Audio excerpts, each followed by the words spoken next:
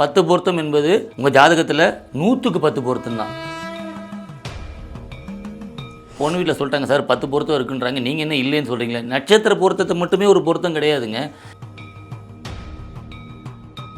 நமக்கு அமைப்பு இருக்கும் போது சில விஷயங்கள் நம்மளால் பார்க்க முடியும். நம்ம அதை தெரிஞ்சிக்கக்கூடாதுன்னு ஒரு அமைப்பு இருக்கும்போது நீங்கள் என்ன தான் தலைகீழ நின்னாலும் அதை தெரிஞ்சிக்கவே முடியாது. ஒரு ஜோதிடர்கிட்ட வந்து ஒருத்தங்க ஜாதகம் பார்க்க வராங்கன்னா அவங்களோட நேரமும் நல்லா இருக்கணும், ஜோசியரோட நேரமும் நல்லா இருக்கணும். இந்த சர்ப்பதோஷ ஜாதகங்களுக்கு நீங்கள் என்ன தான் பரிகாரம் பண்ணாலும் அது பெருசாக வேலை செய்யாது. ஒரு ஜாதகத்தில் நல்லா இருந்து இந்த கலத்திரக்காரகன்னு சொல்லக்கூடிய சுக்கிரன் செவ்வாய் ஒரு ஆண் பெண் ஜாதகத்தில் கெட்டு போயிடுச்சுன்னா காதலிக்கிற வரைக்கும் அவ்வளோ நல்லா இருப்பாங்க. அது கல்யாணத்துக்கு அப்புறம் இந்த சுக்கிரன் செவ்வாய் கெடும் போது இந்த 7ஆம் பாவதிபதி குறிப்பாக கெடும் போது உனக்கு என்ன பிடிக்கல எனக்கு ஒன்று பிடிக்கலன்னு போயிடுவாங்க. பொதுவான முகூர்த்தம் பொதுவான பரிகாரம்ன்றது எல்லாருக்கும் செட் ஆகாது. ஜாதகத்துக்கு ஜாதகம் அது மாறுது. சில ஜாதகங்களுக்கு என்ன பரிகாரம் பண்ணாலும் வேலை ஆகாது. இப்போ கலப்பு திருமணம் பண்றவங்க நிறைய பேர் வந்து ஜாதகம் பார்க்கறதில்ல, ஜோதிடம் பார்க்கறதில்ல. ஆனால் அரேஞ்ச் மேரேஜ் பண்ணுறவங்க எல்லாருமே வந்து ஜோதிடம் பார்த்து தான் வந்து திருமணம் செய்கிறாங்க. ஆனால் கலப்பு திருமணம் பார்க்குறவங்க அரேஞ்ச் மேரேஜை விட ரொம்பவே நல்லா இருக்காங்க. ஒரு சிலர், எல்லாரையும் நம்ம சொல்ல முடியாது, ஒரு சிலர். அதற்கு என்ன ரீசன்? ஜோதிட ரீதியா அதற்கு என்ன ரீசன்? ஏன் நல்லா, அதாவது எல்லா ஜாதகமும் பொருத்தமா இருக்கு, 8 பொருத்தம் இருக்கு, 9 பொருத்தம் இருக்கு, அப்படி இருந்தும் ஏன் எங்களுக்குள்ள வந்து இவ்வளோ சண்டை சச்சரவு நடக்குது? ஏன் எங்களுக்குள்ள வந்து விவாகரத்து வர வந்து நாங்கள் கோர்ட்டில் போய் கேஸ் போடுற அளவுக்கு வந்து இவ்வளவு வேண்டா வெறுப்பு வந்து நடக்குது அப்படின்னு நிறைய மக்களுக்கு வந்து இது ஒரு பெரிய சந்தேகமா இருக்கு. இதுக்கு உங்களுடைய பதில் என்ன இருக்கு? ஒரு நல்ல கேள்வி இது. இப்போ நீங்கள் வந்து கலப்பு திருமணம் வந்து பெற்றோர்களாக பார்த்து நிச்சயிக்கப்பட்ட அந்த அரேஞ்ச் மேரேஜ் ரெண்டுமே எப்படி எடுத்துக்கிட்டாலுமே ஜாதக ரீதியாக சில விஷயங்கள் வந்து சில ஜாதகத்தில் பார்த்தீங்கன்னா இவங்க லவ் மேரேஜ் பண்ணி வாழணும்னு அமைப்பு இருக்கும்போது அவங்க நீங்கள் ஜாதகம் பார்த்தாலும் பார்க்கலாம், அவங்க லவ் பண்ண தான் போகிறாங்க. நீங்கள் வந்து பார்த்ததுனால லவ்வை தடுக்கலாம் முடியாது. ஜோதிடத்தில் சில விஷயங்களை மட்டும் தான் மாற்ற முடியும், எல்லாத்தையும்லாம் மாற்ற முடியாது. சில விதிக்கு அப்பாற்பட்ட சில விஷயங்கள் நீங்கள் எதுவுமே பண்ண முடியாது. அப்போ இந்த லவ் மேரேஜ் பண்ணுறவங்க பார்க்காம கல்யாணம் பண்ணி நல்லா இருக்காங்களே, அப்போ அரேஞ்ச் மேரேஜ் பண்ணவங்க இத்தனை 10 பொருத்தம் பார்த்து பண்ணுறாங்கன்னா நிறைய பேர்கிட்ட முதல் பண்ணுற மிகப்பெரிய தப்பை என்னென்னு கேட்டிங்கன்னா 10 பொருத்தம் என்பது உங்கள் ஜாதகத்தில் 100க்கு 10 பொருத்தம் தான். அப்போ 100க்கு 10 மிச்சம் 90 பொருத்தம் எங்கே அப்படின்னா நம்ம நிறைய பேர் பண்ணுற தப்பு அந்த காலத்துல இப்போ வரைக்குமே. பொண்ணு வீட்டில் சொல்லிட்டாங்க சார் 10 பொருத்தம் இருக்குன்றாங்க, நீங்கள் என்ன இல்லைன்னு சொல்கிறீங்களே. நட்சத்திர பொருத்தத்தை மட்டுமே ஒரு பொருத்தம் கிடையாதுங்க. நட்சத்திர பொருத்தத்தை வச்சு ஒரு கிரகத்தை ஒரு ஜாதகத்தை நிர்ணயிக்க முடியும்னா அப்போ எல்லாருமே ஜோசியரா எல்லாமே. அப்போ 10 பொருத்தம் என்பது நட்சத்திர ரீதியாக தான் பார்க்குறீங்க. அப்போ மிச்சம் 90% இந்த ஜாதகத்தில் இருக்கக்கூடிய தசா புக்திகள் என்ன லக்னம், பையனுடைய லக்னத்துக்கு பொண்ணுடைய லக்னம் 6-8 வருதா, இல்லை 2 பேருக்கும் வந்து பாதகாதிபதியோடைய லக்னமாக இருக்கா, 2 பேரோட லக்னம் ஒத்து போகுமா. ஒரு பேச்சு ஒரு பையன் வந்து ஒரு மேஷ லக்னம்னு வச்சுக்கோங்களேன், ஒரு பொண்ணு வந்து மகர லக்னம்னு வச்சுக்கோங்க, எப்படி ஒத்து போகும்? மேஷ லக்னத்துக்கு மோஸ்ட் ப்ராபபிலி பார்த்தீங்கன்னா அவங்களுக்கு அந்த ஒரு நீங்கள் ஒரு மேஷ லக்னக்காரர்கள் போய் ஒரு சல்யூட் அடித்தா கூட அவர் சல்யூட்டை வந்து தலையை எப்படி தான் ஏற்றுப்பார் தவிர வந்து அவன் திருப்பி பதிலுக்கு சல்யூட் அடிக்கவே மாட்டார். ஏன்னா அந்த செவ்வாயோடைய அந்த ஆக்ரோஷம், செவ்வாய்க்கு வந்து தலை வணங்கக்கூடிய தன்மையே கிடையாது. ஸோ அப்போ எல்லாருமே அப்படி சொல்லலாம். 90% மேட்ச் லக்னம் நீங்கள் எடுத்து பார்த்தீங்கன்னா டக்குன்னு யாரையும் அவ்வளோ சீக்கிரத்தில் வந்து நம்பிட மாட்டாங்க. அவ்வளோ சீக்கிரத்தில் யாருக்குமே ஒரு இறங்கி வந்துட மாட்டாங்க. அவங்க அந்த கெத்தை மெயின்டைன் பண்ணிக்கிட்டே இருப்பாங்க. ஏன்னா லக்னாதிபதி 10ல் போய் உச்சமாறாரு, 10ஆம் இடத்துல திக்பலமாறாரு. ஸோ மோஸ்ட்லி மேட்ச் லக்னங்கள் அப்படி இருப்பாங்க. இப்போ மகர லக்னம் அப்படிங்கிற எப்படி வேணால் வளைஞ்சு கொடுத்து போயிடுவாங்க. உதாரணத்துக்கு இப்போ நீங்கள் மகர அப்போ அந்த சனி செவ்வாயினும் போது இந்த லக்னத்துக்குள்ளேயே லக்னாதிபதிக்குள்ளே இவ்வளோ வித்தியாசம். செவ்வாய் ரொம்ப ஸ்பீடான கிரகம். மேட்ச் லக்னம் எல்லாமே டக்கு டக்கு டக்குன்னு முடிவு எடுப்பாங்க, டக்கு டக்குன்னு அந்த வேலை நடந்துடணும். மகர லக்னத்துக்கு எல்லாமே ஸ்லோ தான். அப்புறம் மகர லக்னம் எல்லாருமே ஸ்லோவான்னு கேட்டிங்கன்னா 90% ஸ்லோ. அப்போ 10% வந்து உங்களோட ஜாதகத்தில் குரு பார்க்கறது, லக்னாதிபதி யார் கூட இருக்குது, இது மாதிரி நிறைய விஷயங்கள் இருக்குது. பொதுவாக நம்ம விஷயங்கள் பார்க்கும்போது இப்போ இதுவே நமக்கு இவ்வளோ மாறுபாடு இருக்குது இல்லையா. இவங்களுடைய லக்னாதிபதி அவங்களுடைய லக்னாதிபதி வேறு. ஸோ அப்படி இருக்கும்போது இத்தனை விஷயங்கள் இருக்குது. ஸோ இதை தவிர உங்களுடைய தசா புக்தின்னு நம்ம சொல்கிறோம். இத்தனை விஷயங்களை பார்த்து தான் பொருத்தம் பார்க்கணும். வெறும் 10 பொருத்தம் பார்த்ததுனால தான் இவ்வளோ பிரச்சனைகள். 10 பொருத்தம் மட்டுமே உங்களுடைய வாழ்க்கை நிர்ணயம் பண்ணுறது கிடையாது. இது ஜாதகத்தில் எதுக்கு வந்து 10 பொருத்தம் தாண்டி கிரக ரீதியான பொருத்தங்களை பார்க்குறோம், பாவ ரீதியான பொருத்தங்கள் பார்க்குறோன்னா, இப்போ நீங்களே வந்து ஒரு வேலை செய்கிறீங்க, ஒரு ஒர்க் பண்ணுறீங்க, நீங்கள் ஒரு மாதம் ஒரு 50,000 ஏர்ன் பண்ணுறீங்க அப்படின்னா உங்களுக்கு வரக்கூடிய கணவர் வந்து ஒரு உங்கள் கல்யாணத்துக்கு அப்புறம் அவருக்கு வேலை போயிடுச்சுன்னா கூட அது நீங்கள் சரி பரவாயில்ல வேலை கிடைக்கிற வரைக்கும் நான் பார்த்துக்கிறேன்னு சொல்லக்கூடிய மென்டாலிட்டி ஃபஸ்ட்டு உங்களுக்கு வேணும். ஜாதகம் பார்க்குறது முக்கியமான ரீசன் இவங்க அட்ஜஸ்ட் பண்ணி போவாங்களா இவங்க கூட அப்படின்னு ஒரு ஆப்போசிட் பார்ட்டி நம்ம கூட அட்ஜஸ்ட் பண்ணி போவாங்களான்றதுக்கு மெயினாகவே பார்க்குறது. அப்போ இந்த 2 கிரகத்துக்குமே 2 லக்னாதிபதிக்கு 6-8 இருக்கும்போது இவங்க பண்ணுறது அவங்களுக்கு பிடிக்காது. அப்போ இதே நிறைய பேருக்கு கல்யாணம் ஆகி வேலை போய் இருக்கக்கூடிய கணவன் மனைவி எவ்வளோ பேர் அட்ஜஸ்ட்மெண்ட் பண்ணி வாழ்கிறாங்க இல்லையா? அப்போ அந்த அட்ஜஸ்ட்மெண்ட்டு அப்படின்றது பொதுவாக இருக்கணும். அது எங்கே பொதுவாக வரும் அப்படின்றது இங்கே ஜாதகத்தில் இல்லாமல் அங்கே வரவே வராது. அப்போ இதுக்கு தான் சொல்கிறது, நிறைய பேர் 6 வந்து லகர ராசி பார்க்க வேண்டாம். ஒரு பொருத்தம் பார்க்குறீங்கன்னா பொண்ணுக்கு பையனோட ராசி 6 இருக்கக்கூடாது, லக்னம் 6 இருக்கக்கூடாது, தசா புக்திகள், இந்த மாதிரி இத்தனை விஷயங்கள் பார்த்து தான் ஒரு திருமண பொருத்தம். நீங்கள் சொல்கிற மாதிரி இத்தனை பொருத்தம் பார்த்து எத்தனை பேர் பண்ணுறாங்க? விரல் விட்டு கூட எண்ண முடியாது. முதல்ல இப்போ இருக்கிற ஜோதிடர்களுக்கு, இப்போ இருக்கிற பொதுவாக ஜோதிடர்கள் இப்போ வந்து 10 பொருத்தம் பார்க்குறது நிறைய பேர் வச்சுட்டு இருக்காங்க. இன்னும் அதை ஃபாலோ பண்ணுறவங்களும் இருக்காங்க. இந்த தசா புக்தியை பார்க்காம. ஆனா நம்மளுக்கு பொதுவா தெரிஞ்ச ஒரு விஷயம்னா 10 பொருத்தத்துக்கு 8 பொருத்தம் 7 பொருத்தம் இருந்தாலே இந்த இவங்க 2 பேரும் நல்லா இருப்பாங்க அப்படின்ற ஒரு அந்த 10 பொருத்தம். நான் தான் சொல்றேன், இந்த 10 பொருத்தம் என்பது 100க்கு 10 தான். இந்த மிச்சம் இருக்கக்கூடிய 90 பொருத்தங்கள் சில ஜோதிடர்களுக்கு இந்த 10 பொருத்தம் பார்த்து கல்யாணம் பண்ணிடுறாங்க இல்லையா? இப்போ இவனுக்கு இவ தான் அப்படின்னு அமைப்பு இருக்கும்போது, இவங்களுக்கு இவங்க தான் அமைப்பு இருக்கும்போது, நேச்சராக இவங்களுக்கு இந்த மாதிரி கல்யாணம் ஆகி இத்தனை வருஷம் வாழணும்னு விதி அமைப்பு இருக்கும்போது ஆட்டோமேட்டிக்காக சேர்ந்துருது. இதில் விதிவிலக்கான சில ஜாதகங்கள்லாம் இருக்கு இல்லையா? அப்போ அந்த மாதிரி ஜாதகங்கள்லாம் ரொம்ப டெப்த்தாக பார்க்கணும். இப்போ வந்து ஒரு ஜாதகத்தில் லக்னத்தில் ராகு கேது உள்ள ஜாதகங்கள்லாம் நீங்கள் எடுத்து பார்த்தீங்கன்னா, நீங்கள் எத்தனை பொருத்தம் பார்த்தாலுமே சரி, அவங்களுடைய மன வாழ்க்கை ரொம்ப ரொம்ப கேள்விக்குரியது. நீங்கள் கேட்ட கேள்வியில் நிறைய பேருடைய அந்த திருமணமாகி டைவர்ஸ் ஆகக்கூடிய ஜாதகங்களில் நிறைய சர்ப்பதோஷ ஜாதகங்கள் தான் வேலை செய்யுது. இல்லைன்றது சில பேர் சொல்லலாம், காட்ட முடியுமான்னு கேட்கலாம். இப்போ 1000 பேரோட ஜாதகத்தை வந்து இவங்க 1000 பேர் வந்து காமிச்சாதான் நீங்கள் நம்புவீங்கன்னா அது முடியாது. கண்டிப்பா. இப்ப நீங்க சொல்றீங்கல்ல, அதாவது 10 பொருத்தம் தான் ஜோதிடரே வந்து பார்த்து சொல்றாங்க, மிச்ச 90 பொருத்தங்கள் வந்து பார்த்து சொல்றாங்க. எதனால ஜோதிடர் வந்து அந்த 90 பொருத்தங்களை பார்க்க மாட்டேங்கிறாங்க? ஒன்று ஃபஸ்ட்டு விஷயம், இன்றைக்கி ஜோதிடர் குறை சொல்கிற மக்கள் ரொம்ப ஃபாஸ்ட்டாக இருக்கிறாங்க. முன்னெல்லாம் ஜாதகம் கொடுத்தாங்கன்னா ஜாதகம் கொடுத்துட்டு போய் 2-3 நாளுக்கு அப்புறம் தான் எழுதி முடிச்சு அதுக்கப்புறம் பலன் சொல்கிறதுக்கு 2-3 நாள் டைம் இருந்து. இப்போ அப்படி இல்லை, அவசர யுகம். நீங்கள் சாஃப்ட்வேர் தட்டினீங்கன்னா டக்குன்னு அடுத்த செகண்ட் வந்துடுது, ஜாதகம் பலன் வந்துடுது. அதை கடன்னு சொல்லிடணும்னு நினைக்கிறாங்க. இப்போ இந்த ஜாதகத்தை நம்ம பார்த்து சொன்னால் கூட அதில் இருக்கக்கூடிய மைனஸ் எத்தனை பேர் அக்செப்ட் பண்ணிக்கிறாங்கன்னு ஒரு விஷயம் இருக்குது. ஒன்று, சில ஜோதிடர்கள் என்ன பண்ணுறாங்கன்னா, இதில் வந்து நான் தவறு சொல்லலை யாரையுமே, நிறைய பேர் ஜோதிடத்துக்கு வந்து இதுதான் கரெக்டுன்ற மாதிரி அவங்களோட ஆங்கிளில் பார்க்குறாங்க. இப்போது ஒரு ஆராய்ச்சின்றது என்ன, ஒரு 10 பேருக்கு இந்த மாதிரி, ஒரு 100 பேருக்கு இந்த மாதிரி நடந்ததுக்கு பிறகு தான் இந்த கிரகம் இருந்தால் இப்படி பிரச்சனை வருது அப்படின்றது எல்லாமே ஆராய்ச்சியினுடைய முடிவு தான். அப்போது ஒரு ஜோதிடர் படிக்கும் போது தான் சொல்லுவாங்க, கற்க கசடு அற, கசடு இல்லாமல் கரெக்டாக படிக்கணும். அப்போ எத்தனை பேர் கரெக்டாக படிச்சுட்டு வராங்கன்னு ஒன்று இருக்குது. படிச்சுட்டு வந்த விஷயங்களை எல்லாத்தையுமே நீங்கள் அப்ளை பண்ணணுன்னா முடியவே முடியாது. அதுக்கு முதல் விஷயம் வந்து, ஒரு ஜோதிடர்கிட்ட வந்து ஒருத்தங்க ஜாதகம் பார்க்க வராங்கன்னா அவங்களோட நேரமும் நல்லா இருக்கணும், ஜோசியரோட நேரமும் நல்லா இருக்கணும். ரெண்டுமே உண்டு. இவன் நீங்கள் நமக்கு டைம் நல்லா இல்லைன்னா நமக்கு ஜோதிடமே அரைகுறையாக தெரிஞ்ச ஜோதிடர் தான் நீங்கள் போய் பார்ப்பீங்க. இதில் உங்கள் நேரமும் அடங்கியிருக்கு, அவருடைய நேரமும் அடங்கியிருக்கு. அவர் ஜாதகத்தில் இப்படி சொல்லி பழித்து இவர் பெரியால் ஆகணும்னு இருக்கிற அமைப்பு தான். ஜோசியருக்குமே நேரம் உண்டு இல்லையா? அவரும் மனுஷன் தானே. அவங்களுக்குமே அவங்களுக்கு ஜாதகம் நல்லா இருந்தால் தான் அவர் சொல்லி ஒரு 1000 குடும்பம் நல்லாயிருக்கும். ஒரு ஃப்ளைட் இருக்குது, அந்த ஃப்ளைட் வந்து ஃபஸ்ட்டு அந்த ஃப்ளைட்டை விட்றாங்க அப்படின்னும் போது, அந்த ஃப்ளைட்டு ஆக்சிடென்ட் ஆகும்னு தெரிஞ்சால் எத்தனை பேர் விடுவாங்க? ஃப்ளைட் விட மாட்டாங்க. ஆனால் இதுக்குமே ஜோதிடம் இருக்குன்னா இருக்குது. நீங்கள் அந்த ஃப்ளைட்டு ஃபஸ்ட்டு கிளம்பக்கூடிய டைமு, அதுக்கு ஒரு லக்னம் இருக்குது. அப்போ எல்லாத்துக்குமே இருக்குது. அது எத்தனை பேர் பார்த்து எல்லாத்தையுமே எல்லா விஷயத்தையும் பார்த்து பண்ண முடியாதுன்னா அது ஒரு கேள்விக்குறி தான். ஸோ நமக்கு அமைப்பு இருக்கும் போது சில விஷயங்கள் நம்மளால் பார்க்க முடியும். நம்ம அதை தெரிஞ்சிக்கக்கூடாதுன்னு ஒரு அமைப்பு இருக்கும்போது நீங்கள் என்ன தான் தலைகீழ நின்னாலும் அதை தெரிஞ்சிக்கவே முடியாது. இன்னொரு விஷயம் சார், அதாவது இது ரொம்பவே முக்கியமாக எல்லாருக்கும் வந்து எப்படி சொல்கிறது, மக்கள் மத்தியில் ரொம்பவே முக்கியமான ஒரு கேள்வி என்ன அப்படின்னா, பெற்றோர்களால் பார்த்து வச்ச கல்யாணமாக இருந்தாலும் சரி, லவ் பண்ணி கல்யாணம் பண்ணாலும் சரி, கல்யாணம் பண்ணதுக்கப்புறம் இன்னொருத்தவங்க மேலே ஈர்ப்பு வருது. அதுக்கும் ஜோதிடருக்கும் சம்மதம் இருக்குது. எதனால இந்த மாதிரியான, என்ன லவ் மேரேஜ் பண்ணவங்களுக்கே வந்து லவ் பண்ணி கல்யாணம் முடிச்சு நல்லா தான் இருக்காங்க, ஒரு குறிப்பிட்ட கால இடைவெளியில் இன்னொருத்தவங்க மேலே ஈர்ப்பு வருது. இதுக்கும் ஜோதிடத்துக்கும் என்ன ரீசன் கேட்டால் எல்லாரும் என்ன சொல்கிறாங்க, எனக்கு ஜாதகத்தில் வந்து 2 கல்யாணம் இருக்குது, அதனால எனக்கு இந்த மாதிரியான ஆசைகள் வருது அப்படின்னு ஒரு பொதுப்படையாக வந்து ஒரு ஆன்சரை சொல்லிட்டு, அப்போது அதில் பாதிக்கப்படுறது பொண்ணோ பையனோ.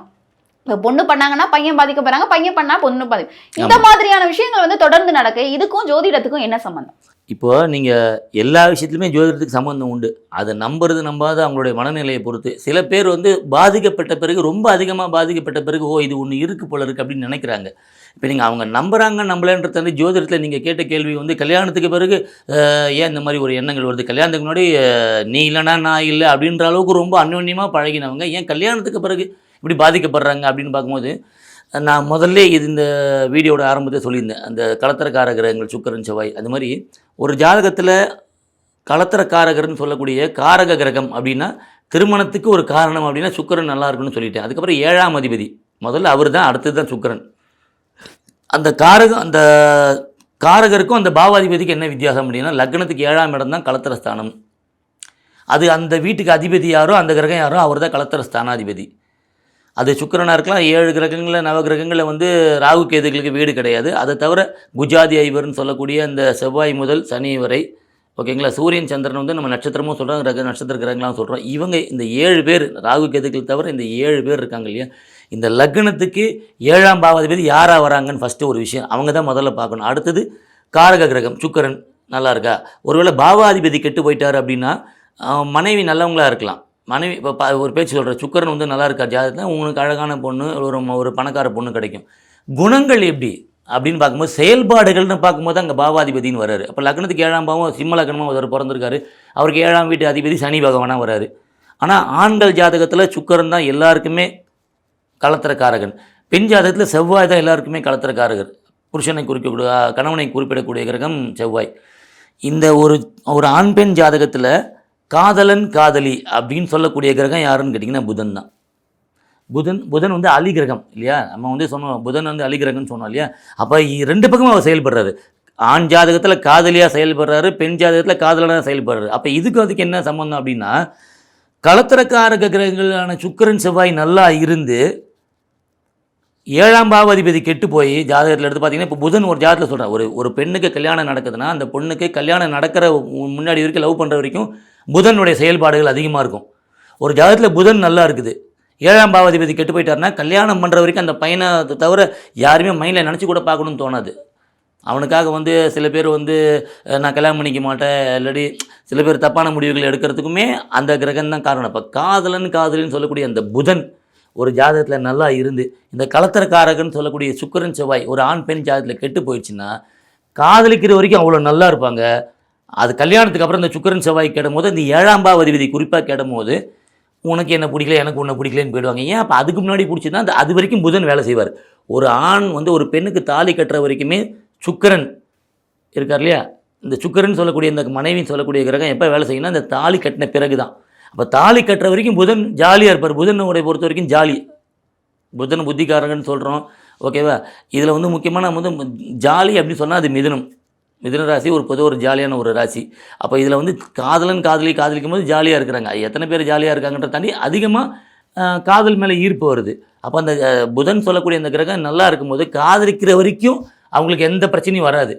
நான் சொன்ன மாதிரி இந்த 7ஆம் பாவாதிபதியும் சுக்கிரனும் செவ்வாயோ கெட்டு போயிடுச்சு அப்படின்னா ஒரு ஆண் பெண் ஜாதகத்தில் ஒரு பொண்ணை ஒரு பையன் வந்து தாலி கட்டுறான்னா தாலி கட்டுற வரைக்கும் புதன் வேலை செய்வார்.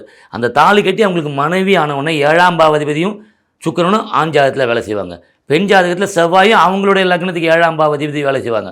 அந்த 7ஆம் பாவாதிபதி 2க்குமே ஆப்போசிட் கிரகமாக இருந்துன்ற பட்சத்தில் அவங்கள கல்யாணம் பண்ண அடுத்த நொடியிலேருந்து பிடிக்காது. ஏன் அப்படின்னா இவங்க அவங்கள டாமினேட் பண்ண ஆரம்பிச்சிருவாங்க. இப்போ ஒரு ஜாதகக்காரங்களுக்கு 2 திருமணம் இருக்கு அப்படின்னு சொல்றாங்களே, அது உண்மைதானா? எந்த அளவுக்கு அது உண்மையாக இருக்கிறது? 2ன்றதுலாம் இல்லைங்க, சில பேர் 4-5 திருமணம்லாம் பண்ணிக்கிறாங்க, நம்ம கேள்விப்படுறோம். முன்ன காலத்தில் மீடியா அந்த அளவுக்கு இல்லைன்றதுனால அது தெரியல. இப்போ தெரியுதுன்றதுனால நமக்கு நம்ம நியூஸில் கூட பார்த்துருக்கோம், யாரோ ஒரு பெண் 50 பேரை திருமணம் பண்ணி ஏமாற்றிருக்காங்க அப்படின்னு நம்ம சொல்கிறோம்.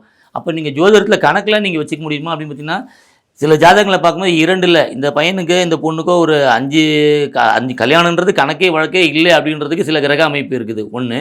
2வது வந்து ஒரு ஜாதகத்தில் எடுத்த உடனே சில ஜாதகங்களை நான் சொல்லியிருக்கேன், இந்த பொண்ணுக்கோ இல்லை இந்த பையனுக்கோ வந்து பார்த்திங்கன்னா 2வது கல்யாணம் தான் பண்ணணும், 2ஆம் திருமணம் தான் நிலைக்கும், ஃபஸ்ட்டு நீங்கள் பண்ணுற திருமணம் நிலைக்காது. ஆனால் எத்தனை பேர் சில விஷயங்களை ஏற்றுக்கிறாங்க, சொல்லுவாங்க என்னங்க இப்படி சொல்கிறீங்க, யாருமே எனக்கு சொல்லலை அப்படின்றாங்க. இப்போ ஜோதிடம் பார்க்க வரவங்க எல்லாருமே நமக்கு ஒரு நல்லது சொல்லிட மாட்டாருன்னு தான் ஜோசியர்கிட்ட வராங்க. அது தப்பே கிடையாது. எல்லாருமே ஒரு ஹியூமன் வந்து எல்லோரும் எதிர்பார்க்குறது நல்லதை தான் எதிர்பார்ப்பேன். யாருமே எனக்கு கெடுதல் நடக்கணும்னு யாரும் எதிர்பார்க்க மாட்டாங்க. ஆனால் அந்த நல்லது கெட்டது உங்கள் ஜாதகத்தில் இருந்தால் தான் நாங்கள் சொல்ல முடியும். ஒரு ஜாதகம் ஒரு பேச்சுக்கு சொல்கிறேன், இப்போ ஒரு சூப்பர் ஸ்டாருடைய ஹாரோஸ்கோப் எடுத்துகிட்டு அவர் மாதிரியே நான் வரணும்னா உங்கள் ஹாரோஸ்கோப்பு சூப்பர் ஸ்டார் ஹாரோஸ்கோப்பாக இருந்தால் அது நாங்கள் அதை தான் சொல்ல போகிறோம். நீங்கள் சாதாரண ஒரு சாமானியனுடைய ஜாதகத்தை வச்சு நான் சூப்பர் ஸ்டார் ஆகணும்னா அது முடியாத விஷயம் இல்லையா. அப்போது ஒரு ஜாதகத்தில் ஏற்றுக்கக்கூடிய மனப்போக்கும் மக்களுக்கும் இருக்கணும். இப்போ நான் நிறைய பேருக்கு சொல்லியிருக்கேன், இந்த ஜாதகத்துக்கு வந்து 2ஆம் திருமணம் தான் நிலைக்கும், இந்த 2ஆம் திருமணம் இல்லாமல் முதல் திருமணம் பண்ணிங்கன்னா கண்டிப்பாக டைவர்ஸ் ஆகும். அப்போ நீங்கள் என்ன பண்ணுங்கன்னா ஆல்ரெடி கல்யாணமான ஒரு பொண்ணை கல்யாணம் பண்ணிக்கோங்க உங்கள் ஜாதகத்துக்கு. உடனே என்ன கேட்குறாங்க, நீங்கள் உங்கள் பொண்ணுக்கு நீங்கள் பண்ணுவீங்களா? எல்லாருமே அதை இப்போ நானுமே ஒரு ஜோசியர் இல்லாமல் சாதாரணமாக நானும் அப்படி தான் கேள்வி கேட்பேன். ஆனால் இப்போ ஒரு ஜோதிடருக்கு உங்கள் மேலே என்ன கோவம் இருக்க போகுது? நீங்கள் வந்து கல்யாணமான பொண்ணே கல்யாணம் பண்ணிக்கணும் அவர் சொல்கிறாருன்னா அவருக்கு என்ன லாபம் வரப்போகுது? இல்லை உங்கள் மேலே அவருக்கு என்ன ஒரு காழ்ப்புணர்ச்சி? எதுவுமே கிடையாது. அப்போ உங்கள் ஜாதகத்தில் இருக்கிறத சொல்லும்போது நீங்கள் ஆக்செப்ட் பண்ண மாட்டீங்க. நிறைய பேர் என்ன பண்ணுறாங்க, இந்த ஜோசியருக்கு சரியாக பார்க்க தெரியல, இவருக்கு சொல்கிற யாருமே சொல்லலை, இவர் சொல்லிடுறாரு. கண்டிப்பா இதை யாராலையும் அக்செப்ட் பண்ணிக்க முடியாது இல்லையா? பண்ணிக்க முடியாது. ஆனால் அது இது இருக்குன்னும் போது அது நீங்கள் கல்யாணத்துக்கு அப்புறம் செகண்ட் மேரேஜ் போகும்போது அன்றைக்கி அவர் சொன்னார், அந்த தாட்டு முன்னாடியே உங்களுக்கு இருந்ததுன்னா அந்த பிரச்சனையே இல்லை. அப்போ சில விஷயங்கள் நம்ம ஏற்றுக்கொள்ள பழகிக்கணும். முதல்ல மக்கள்கிட்ட இருக்கக்கூடிய ஒரு மைனஸ் என்னென்னா, எல்லாத்தையுமே ஏற்றுக்கணும்னு நான் சொல்ல, சில விஷயங்கள் உங்கள்கிட்ட உங்கள் குடும்பத்திலே உங்களுக்கு நம்பிக்கையான ஒரு ஜோதிடராக இருக்கார், குடும்ப ஜோதிடராக இருக்கார், இத்தனை வருஷமாக பார்க்குறாருன்னும் போது எங்களுக்கெல்லாம் இந்த மாதிரி சொல்லலையா, என் பசங்க பொண்ணுக்கு அப்படி சொல்கிறாங்க. உங்கள் காலகட்டங்களில் இருக்கக்கூடிய மனநிலைகள் வேறு, கிரக அமைப்புகள் வேறு, இப்போ இருக்கக்கூடிய கிரக அமைப்புகளுக்கு ஏற்ற காலகட்டங்கள் வேறு. அப்பவும் அதே நவகிரகங்கள் தான், இப்போது அதே நவகிரகங்கள் தான். 100 வருஷத்துக்கு முன்னாடி டி நகரில் என்ன இருக்கும், ஒரு கிரவுண்டோட விலை ஒரு 10 ரூபா 20 ரூபா இருக்கும் 100 வருஷத்துக்கு முன்னாடி. இன்றைக்கி என்ன ஒரு கிரவுண்டோட விலை? அதே டி நகர் தான். அப்போ ஏன் கிரவுண்டோட விலை ஏறுது? கால மாற்றங்கள், காலதேச வர்த்தமானம் தான் ஜோதிடம் இல்லையா? அப்போ அந்த காலதேச வர்த்தமானத்தை மனசில் வச்சுக்கிட்டு தான் ஜோசியம் சொல்லணும். கேட்க வரவங்களும் அதுக்கேற்ற மாதிரி தான் சொல்லணும்.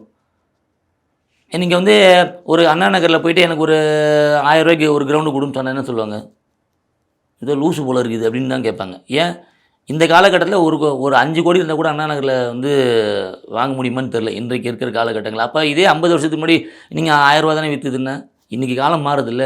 அப்போ எல்லா விஷயங்களும் மாற மாற மக்களுடைய மனநிலையை மாறும்போது அது சில விஷயங்கள் நம்ம மக்கள் வந்து சில விஷயங்களை ஏற்றுக்கொள்ள பழகிக்கணும். இப்போ செகண்ட் மேரேஜ்னு சொல்லக்கூடியது பாவங்கள் வந்து நம்ம ஜாதகத்தில் 11ஆம் பாவம் தான். ஸோ அந்த 11ஆம் பாவத்துக்கும் 7ஆம் பாவத்துக்கும் தொடர்பு இருக்கிற போது இந்த செகண்ட் மேரேஜ் நடக்கிறதுக்கு நிறைய வாய்ப்புகள் இருக்குது. ஸோ நம்ம அதுக்கு என்ன சொல்கிறோம், இந்த மாதிரி சில விஷயங்கள் வந்து நீங்கள் அந்த கோயிலுக்கு போயிட்டு வாங்க பரிகாரம் பண்ணுங்கன்னு சொல்கிறாங்க அப்படின்னா இது எல்லாத்துக்குமே செட் ஆகாது. அப்போ ஏன் பரிகாரம் சொல்கிறாங்கன்னு ஒரு கேள்வி வரும் உங்களுக்கு. ஒருத்தவங்களுக்கு டிவோர்ஸ் ஆகுது, இல்லைன்னா ஒருத்தவங்க கல்யாணம் பண்ணி அவங்களோட குடும்பம் நடத்தும் போதே வந்து இன்னொருத்தவங்க மேலே ஈர்ப்பு வருது. இது எல்லாமே இந்த ரெண்டாவது திருமணம் அப்படின்னு சொல்லி, அதாவது ஜாதகத்தில் வந்து 2 திருமணம் அப்படி இருக்குன்னு சொல்கிறாங்களே, அதுக்குள்ளே தான் இதுவும் அடங்குதா? திருமணம் என்பது என்னங்க, இப்போது வந்து ஒரு 100 பேர் 200 பேர் வந்து ஆசீர்வாதம் பண்ணி அக்ஷதை போட்டு ஆசீர்வாதம் பண்ணுறது திருமணம். அது ஃபஸ்ட்டு திருமணம். சில பேர் 2வது திருமணம் வந்து காதுங்காதான் வச்சு பண்ணிடுறாங்க, இல்லை கோவிலில் பண்ணிட்டு போகிறாங்க. ஏன்னா முதல் கல்யாணம் கிராண்டாக பண்ணி 2வது திருமணம் போனால் அசிங்கமாக இருக்குமே அப்படின்னு சொல்லிட்டு சில விஷயங்கள் வெளியில் சொல்ல முடியாது, நம்ம வந்து கோவிலில் தாலி கட்டிட்டு போயிடுறோம். இது வந்து சமூகத்தால் அங்கீகரிக்கப்பட்டது, இது என் மனைவி அப்படின்னு சொல்கிறதுக்கு 2வது திருமணமாக இருந்தாலும் தாலி கட்டி குடும்பமே ஏற்றுக்கும் போது தான் அது 2வது திருமணமாக இருக்குது இல்லையா? ஸோ முதல் திருமணம் வந்து ஃபெயிலியர் ஆகிடுச்சு, 2வது திருமணத்தில் எனக்கு நம்பிக்கை இல்லை, நான் வந்து லிவிங் டுகெதராக வாழ்கிறேன்னு நிறைய பேர் இருக்காங்க. இது கல்யாணத்தில் வராது. நீங்கள் சொல்கிறது வந்து லிவிங் டுகெதர், இருக்கிற வரைக்கும் ஒன்றா இருந்துக்கிறேன், அதுக்கப்புறம் வந்து நான் என் வேலையை பார்த்துக்கிறேன், நீ உன் வேலையை பார்த்துக்கோ, எனக்கு பிடிக்கிற வரைக்கும் இருந்துக்கிறேன்றது லிவிங் டுகெதர். இதுக்கும் திருமணத்துக்கு சம்பந்தம் கிடையாது. அதே மாதிரி நீங்க சொல்றீங்க 2 திருமணம் இருக்கு, இதுக்கு வந்து இந்த மாதிரி பரிகாரங்கள் பண்ணா சரி வரும் அப்படின்னு சொல்லிட்டு ஜோதிடரே வந்து சொல்றாங்க. வாழை மரத்துக்கு தாலி கட்டுறது, இல்லைன்னா தேங்காய்க்கு தாலி கட்டுறது, பெண்களுக்கு தகுந்த மாதிரி ஒரு சில பரிகாரங்கள் சொல்றாங்க. இது இந்த மாதிரியான பரிகாரங்கள் பண்ணியும் கூட 2வது திருமணம் நடக்குது ஒரு சிலருக்கு. அது எந்த மாதிரி சிச்சுவேஷனால நடக்குது, இதுக்கும் ஜோதிடத்துக்கும் என்ன கனெக்ஷன்? அப்புறம் நீங்க ஜோதிடம் பார்த்து தான் இந்த மாதிரியான பரிகாரத்தை நீங்க சொல்லியிருக்கீங்க, பரிகாரம் பண்ணியும் கூட இந்த மாதிரி 2வது திருமணம் பண்றாங்களே, இது எதனால? அதாவது ஜோதிடத்தில் வந்து ஜோதிட மூல நூல்களை இந்த மாதிரி தேங்காய்க்கு தாலி கட்டு, வாழை மரத்துக்கு தாலி கட்டு, செவுத்துக்கு தாலி கட்டுன்னு எதுலையுமே சொல்லப்படலை. இதெல்லாம் நடுவில் எழுதினது தான். இப்போ நம்ம ஊரில் ஒரு சின்ன விஷயம் என்னென்னு கேட்டிங்கன்னா, பேப்பரில் நான் ஒரு விஷயம் எழுதி கொடுக்குறத பிரிண்ட் பண்ணி அதை புக்காக வெளியிட்ட அதுதான் உண்மை, கேட்டால் இதை பாருங்கள் சாட்சி இருக்குது அப்படின்னு நம்ம வந்து சொல்கிற. இப்போ நீங்கள் அப்படி தானே ஆயிடுச்சு. மனால் நம்ம வாயில் சொல்கிறத விட நான் சொல்கிற ஒரு விஷயத்தை பேப்பரில் ஒரு புக்காக எழுதினா எல்லோரும் படிச்சுட்டு அதை நம்பிடுறாங்க. ஏன்னா புக்கில் அத்தாட்சி இருக்குது, எந்த புக்கில் இருக்குன்னு கேட்கும்போது இந்த புக்கில் இருக்குன்னு நம்ம காமிக்கிறோம் இல்லையா? அந்த பிரிண்ட் அவுட்டாக வரும்போதே வெளியில் நம்ம நம்புகிறோம், அதை வாய் வார்த்தையாக சொன்னால் நம்புறது இல்லை இல்லையா? ஸோ இப்போ அந்த வாய் நீங்கள் சொன்ன மாதிரி இந்த தேங்காவுக்கு தாலி கட்டுறது, இந்த வாழை மரத்துக்கு தாலி கட்டுறதுல இவங்களே ஒரு 40-50 வருஷம் முன்னாடி எழுதினது. அதுக்கு முன்னாடி எத்தனை பேர் அந்த மாதிரி தாலி கட்டிருக்காங்க? எந்த மூல நூல்களும் இது கிடையாது. நீங்கள் பராசர ஹோரா சாஸ்திரம் எடுத்து பார்க்கும்போது, இல்லை பிருகு சாஸ்திரத்தை பிருகுமுனியோட சாஸ்திரங்கள் எடுக்கும்போது அந்த மாதிரி எதுவுமே இல்லை. பரிகாரங்கள் சொல்லப்பட்டிருக்குன்னா எல்லாத்துக்கும் பரிகாரங்கள் சொல்லப்படலை, சில விஷயங்களுக்கு சொல்லப்பட்டிருக்கு. சில ஜாதகத்தில் இந்த மாதிரி 2வது திருமணம்னு அமைப்பு இருக்கிற ஜாதகங்களை பரிகாரம் பண்ணாதான் இந்த ஜாதகம் வந்து கல்யாணம் ஆகுன்றதுக்கு சில ஜாதக அமைப்பு இருக்குது. அந்த ஜாதகருக்கு தான் கல்யாணத்துக்கு பரிகாரம் பண்ணுறது. அது கூட எல்லாத்துக்குமே எல்லா பரிகாரமும் செட் ஆகாது. இப்போ நீங்கள் பொதுவாக ஒரு பரிகாரம் என்கிட்ட கேட்குறீங்கன்னா, பொது பரிகாரத்தை சொன்னால் உங்களுக்கு எப்படி நான் செட் ஆகும்? ஒரு பேச்சுக்கு சொல்கிறேனே, இப்போ வந்து இப்போ 3ஆம் தேதி ஒரு முகூர்த்த நாள், இப்போ வரக்கூடிய 3ஆம் தேதி முகூர்த்த நாள். அப்போ முகூர்த்த நாளில் 3ஆம் தேதி இருக்கக்கூடிய முகூர்த்த நாளில் எல்லாருக்குமே கல்யாணம் நடந்துடுது. சரி, ஒருத்தவங்களுக்கு ஒரு மாப்பிள்ளை பார்க்குறாங்க ஒரு பொண்ணுக்கு அப்படின்னா, அந்த பொண்ணுக்கு அன்றைக்கி சந்திராசிரமமாக இருந்தால் பண்ணக்கூடாது இல்லையா? பண்ண மாட்டாங்க யாருமே. சந்திராசிரமத்தில் ஜென்ம நட்சத்திரத்தில் பண்ண மாட்டாங்க. அப்போ பொதுவான முகூர்த்தம்ன்றது நமக்கு இருக்கா? அந்த பொதுவான முகூர்த்த நாள் நமக்கு சாதகமாக இருக்கான்னு தான் பார்க்கணும். நமக்கும் சாதகமாக இருந்து அந்த முகூர்த்த நாள் பொதுவான முகூர்த்த நாள் வரும்போது தான் திருமணத்தை பண்ணுறோம். அப்போ அதே மாதிரி நமக்கு சாதகமான சில விஷயங்களை பார்க்கணும். பொதுவான முகூர்த்தம் பொதுவான பரிகாரம்ன்றது எல்லாருக்கும் செட் ஆகாது. ஜாதகத்துக்கு ஜாதகம் அது மாறுது. சில ஜாதகங்களுக்கு என்ன பரிகாரம் பண்ணாலும் வேலை ஆகாது. சில சர்ப்பதோஷ ஜாதகங்களுக்கு சில பேர் சர்ப்பதோஷம் இல்லைன்னு சொல்கிறாங்க. ஆனால் அனுபவிக்கிறீங்களா அதோட வழி தெரியும். சர்ப்பதோஷம்னு சில ஜாதகத்தில் சொல்கிறோம் இல்லையா? இந்த சர்ப்பதோஷத்தில் இருக்கக்கூடிய ஜாதகங்களில் அவங்க படக்கூடிய கஷ்டங்கள் பார்த்திங்கன்னா அது வெளியில் சொல்ல முடியாது. எல்லாருமே சில பேர் சார் இந்த மாதிரி சனீஸ்வர பகவானுக்கு தோஷமே கிடையாது, சனி இங்கே இருந்தால் தோஷம் இல்லை, செவ்வாய் இங்கே இருந்தால் தோஷம் இல்லைன்னு சொல்கிறாங்க. எத்தனை பேர் அதை அக்செப்ட் பண்ணிக்கிறாங்கன்னு ஒரு விஷயம் இருக்குது. ரெண்டாவது விஷயம் இந்த சர்ப்பதோஷ ஜாதகங்களுக்கு நீங்கள் என்ன தான் பரிகாரம் பண்ணாலும் அது பெருசாக வேலை செய்யாது. ராகு கேதுகளுக்கு மத்தியில் இருக்கக்கூடிய கிரகங்கள் லக்னத்துக்கு ராகு கேதுகள் எந்த இடத்துல இருக்காங்களோ அவங்களுக்கு ராகு கேதுகளுக்கு விட்டு தாண்டி வெளியில் வரக்கூடிய கிரகங்கள் சர்ப்ப யோகம்னு நம்ம சொல்லப்பட்டிருக்கு. ராகு கேதுகளுக்குள்ளே மாட்டிக்கக்கூடிய கிரகங்களுக்கு சர்ப்பதோஷம்னு சொல்கிறோம். இந்த சர்ப்பதோஷ ஜாதகங்களுக்கு என்ன விஷயங்கள் பண்ணாலும் பெருசாக செட் ஆகாது. அப்போ எப்போ செட் ஆகும்னா அதுக்குமே சில காலகட்டங்கள் இருக்குது, அதுக்குமே சில பாவங்களுடைய தசாபுக்திகள் இருக்குது. அந்த காலகட்டங்களில் சில விஷயங்கள் பண்ணும்போது தான் அது பரிகாரமாக ஏற்றுக்கொள்ளப்படுகிறது. எல்லாமே பரிகாரம்னு சொல்லிட்டாங்கன்னா அப்புறம் எதுக்கு மற்ற விஷயங்களில் சாமி எதுக்கு, மற்ற விஷயங்கள் எதுக்கு?